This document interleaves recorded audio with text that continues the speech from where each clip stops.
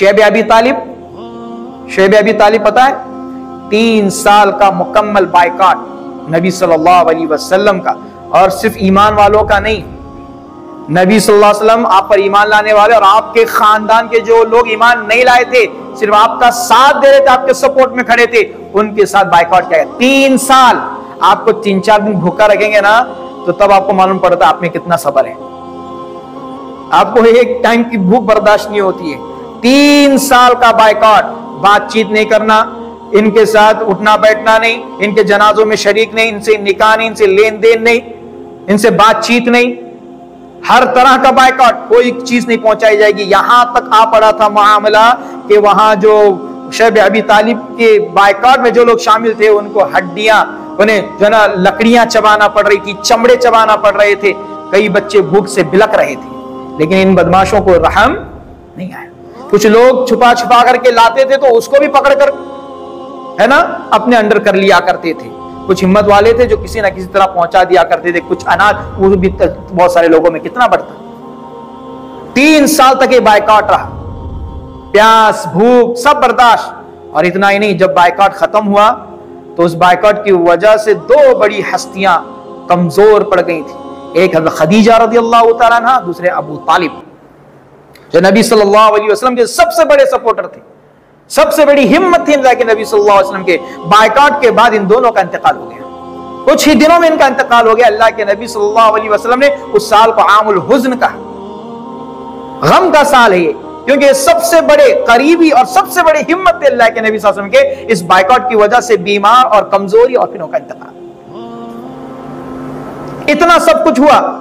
अल्लाह के नबी सल्लल्लाहु अलैहि वसल्लम के पास ये लोग आए, बायकॉट खत्म हो गया। कुछ वक्त के बाद मक्का वालों के ऊपर कहस साली आई। क्या आई? इन दुश्मनों पर कहस साली, सूखा पड़ गया, खाने के लिए कुछ नहीं, पीने के लिए कुछ नहीं। अहादीस में आता है हत्ता हलकू फीहा, यहां तक कि वो हिलाक होने लगे, भूख और प्यास की वजह से हिलाक होने लगे, कहस साली की वजह से। वह अकलुल मैता, और मुर्दार खाने लगे, वल इज़ाम, और हड्डियां चबाने लगे। जो हाल उन्होंने किया था अल्लाह रब्बुल आलमीन ने वैसी कहस साली उनके ऊपर, यहां तक कि उनमें से ऐसे हाल हो गया था बहुत सारे लोगों का कि भूख की वजह से जब वो आसमान की तरफ देखते तो उनको धुआं धुआं नजर आता था, कुछ नजर ही।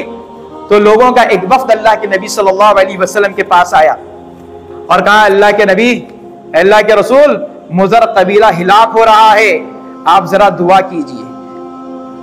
इसी तरह एक और रिवायत है, अल्लाह के नबी सल्लल्लाहु अलैहि वसल्लम के पास फजाअ अबू सुफियान, अभी मुसलमान नहीं हुए थे, अबू सुफियान, फजाअ अबू सुफियान फक़ाल या मोहम्मद, अबू सुफियान अल्लाह के नबी सल्लल्लाहु अलैहि वसल्लम के पास आए, कहा, है मोहम्मद सल्लल्लाहु अलैहि वसल्लम, जीता तअमुरु बिस्सिलति रहम, आप हमारे पास सिला रहमी लेकर के आए हैं, यानी आप सिला रहमी का हुक्म देते हैं, रिश्ते नातों को जोड़ने का हुक्म देते हैं, अच्छा सलूक करने का हुक्म देते हैं। व इन्ना कौमक, और ये आपकी कौम है, हलकू, हिलाक हो रही है, बर्बाद हो रही है, खत्म हो रही है, फदउल्लाह, अल्लाह से दुआ कीजिए। ये तकलीफ देने वाले अल्लाह के नबी सल्लल्लाहु अलैहि वसल्लम के पास उस वक्त आए जब इनको तकलीफ हो रही थी, और कहा अल्लाह का दुआ कीजिए, क्योंकि वो जानते थे अल्लाह के नबी सल्लल्लाहु अलैहि वसल्लम की दुआ कबूल होती है।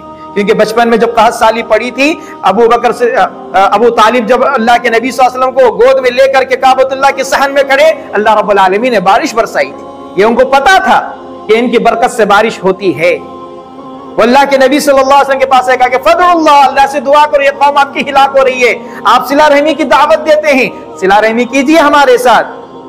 अभी मौका था ना, मरो भूखे मरो, हमारे साथ किए थे ऐसा ना, तुम्हारे साथ भी ऐसा होना चाहिए। लोग ऐसे ही है ना हमारे, आज हमारे मुआशरे का हाल यही है, मेरे साथ ऐसा किया, तेरे साथ भी ऐसा होना।